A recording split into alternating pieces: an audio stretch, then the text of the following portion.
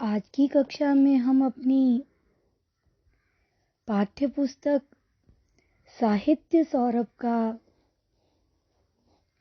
साहित्येतर पाठ्यक्रम का एक पाठ जो हमारे सेकंड सेम में है, जिस साहित्येतर पाठ्यक्रम का अंतिम पाठ और हमारे सेकंड सेमेस्टर का भी अंतिम पाठ आज हम पढ़ने जा रहे हैं, जिसका नाम है पारिभाषिक शब्दावली।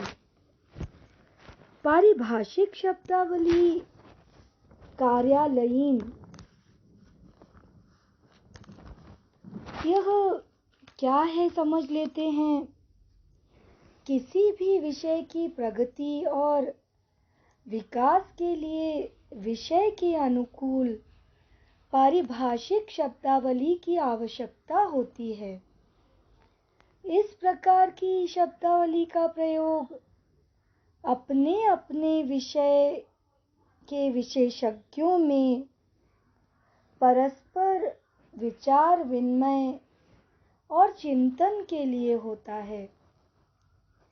सामान्य शब्द और पारिभाषिक शब्द का विश्लेषण किया जाए तो सामान्य शब्द में यथार्थ वस्तु और उसकी संकल्पना अनिश्चित होती है।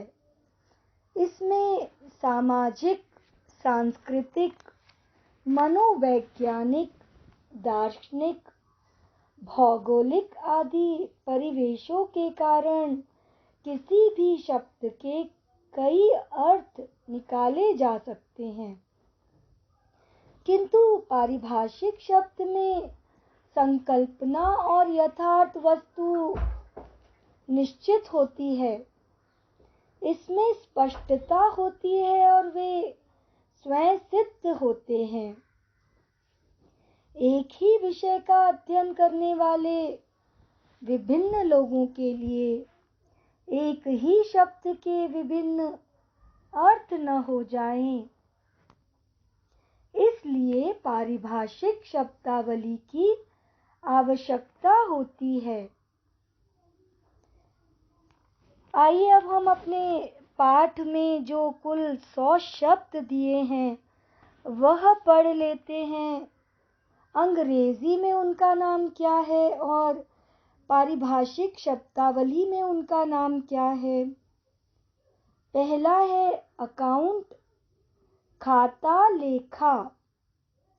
एक्ट अधिनियम, एडवांस अग्रिम, एडवर्टाइजमेंट विज्ञापन, एग्रीमेंट करार या अनुबंध, ऑडिट लेखा परीक्षा, बैलेंस बाकी या शेष, बैंकर महाजन या साहूकार, बोरोवर ऋणी उधार लेने वाला, बेरर वाहक या धारक, बॉन्ड बंद पत्र, बूम तेजी, ब्रांच शाखा, ब्रांच मैनेजर शाखा प्रबंधक, ब्रोकर दलाल, बजट आय व्यय पत्रक या जिसे हम हिंदी में भी बजट कहते हैं,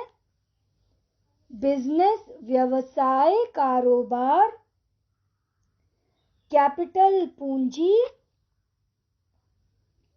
कैश रोकड़, कैश क्रेडिट नकदी ऋण, कैश मेमो रोकड़ पर्ची, चार्ज प्रभार, कंज्यूमर उपभोक्ता, कॉन्टैक्ट संविदा, क्रेडिट जमा, करेंसी को हम कहते हैं मुद्रा, कस्टमर ग्राहक या गाहक, कस्टम्स सीमा शुल्क, डेबिट नामे, डेब्ट ऋण, डेफिसिट घाटा, डिमांड मांग, डिपॉजिट जमा राशि या जमा। हम पेज नंबर 175 पढ़ रहे हैं।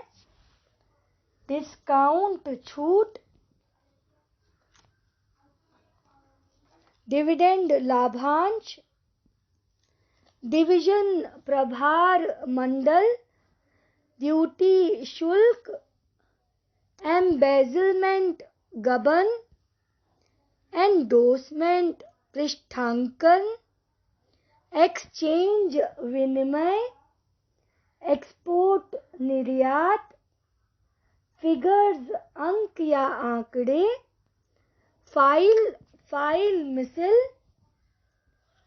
फाइनेंस वित्त, फाइनेंशियल वित्तीय, फॉर कृते, फॉर फीचर जप्ती, ग्रांट अनुदान, ग्रॉस कुल, गारंटी प्रत्याभूति, हेड ऑफ अकाउंटेंट लेखा शीर्ष।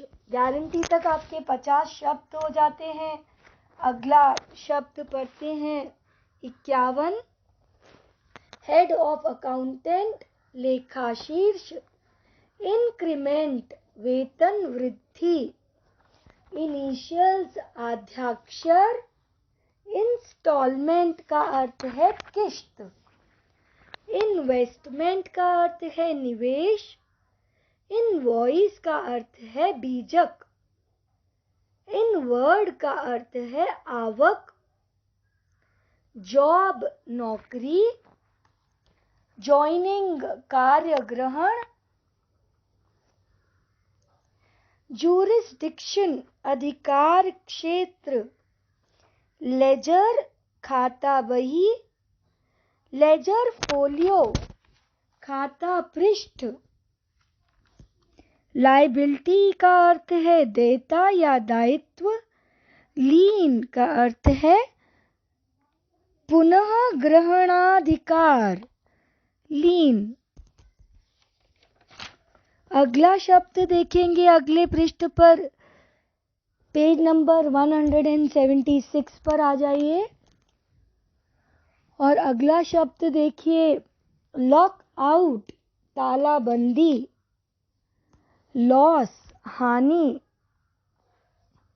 मैनेजमेंट प्रबंध, मार्केटिंग का अर्थ होता है विपणन या खरीदारी।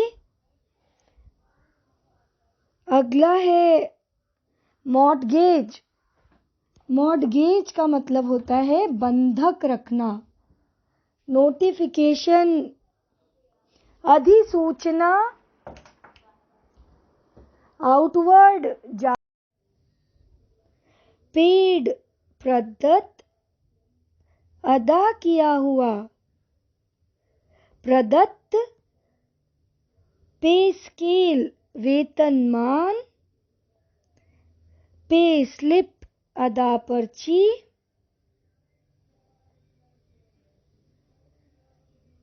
अगला देखेंगे पेई अदाता, पेइंग अदा करता, पेमेंट भुगतान या अदायगी, पेनल्टी का अर्थ होता है दंड या अर्थदंड,